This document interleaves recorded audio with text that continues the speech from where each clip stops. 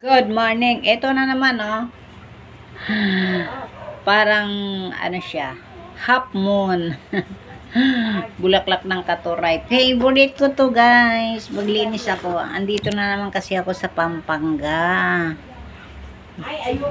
Kaya humingi na naman ako ng bulaklak ng katuray. Napakasarap kasi nito, eh. Masarap kasi ito na, ano, isalad. Oh, super. Tapos lagyan ng kalamansi. Yes, guys. My favorite ulam. Yes, favorite ulam natin to. Ito isa salad. Tanggalin lang natin ito. Oh. Ito lang ang tatanggalin natin. Ito lang. Yan. Para kasi mapait po siya. Itong green, ito yung mapait. Medyo mapait. Iba yung pait niya eh. Yan guys. Musta kayo?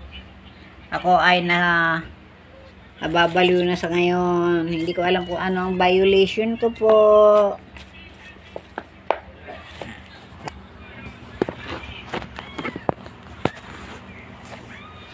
Ayan.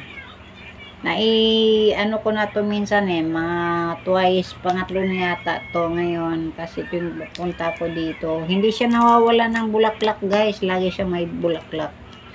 Kaya dadaan ako doon sa kaibigan namin doon sa unahan. Lagi ako nakatingala kasi ang dami niya talagang bulaklak. I-apply nyo guys yung aking sinabi dati na yung kanyang balat, pwede po yun sa mga nagtatay. Gamot po yun.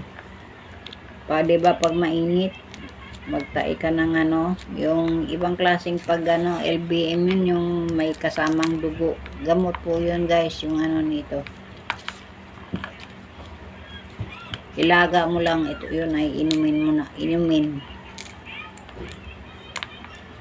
Lalo na sa mga taga-probinsya, malayo ang mga bilihan ng gamot, walang emergency pang gamot, emergency. Pwede na po yan. At saka yung mga guys, yung mga hindi natutunawan na pagkain. Maglaga lang kayo ng dahon ng star apple at saka bayabas, pagsamahin nyo. Yan ang inumin nyo, huwag kayong inom ng tubig, lalo kayong mag LBM. Sakit sa tiyan. Yan lang po ang aking ma-share sa inyo. Good. Maraming salamat.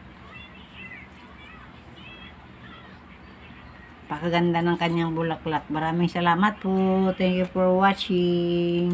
Bye-bye.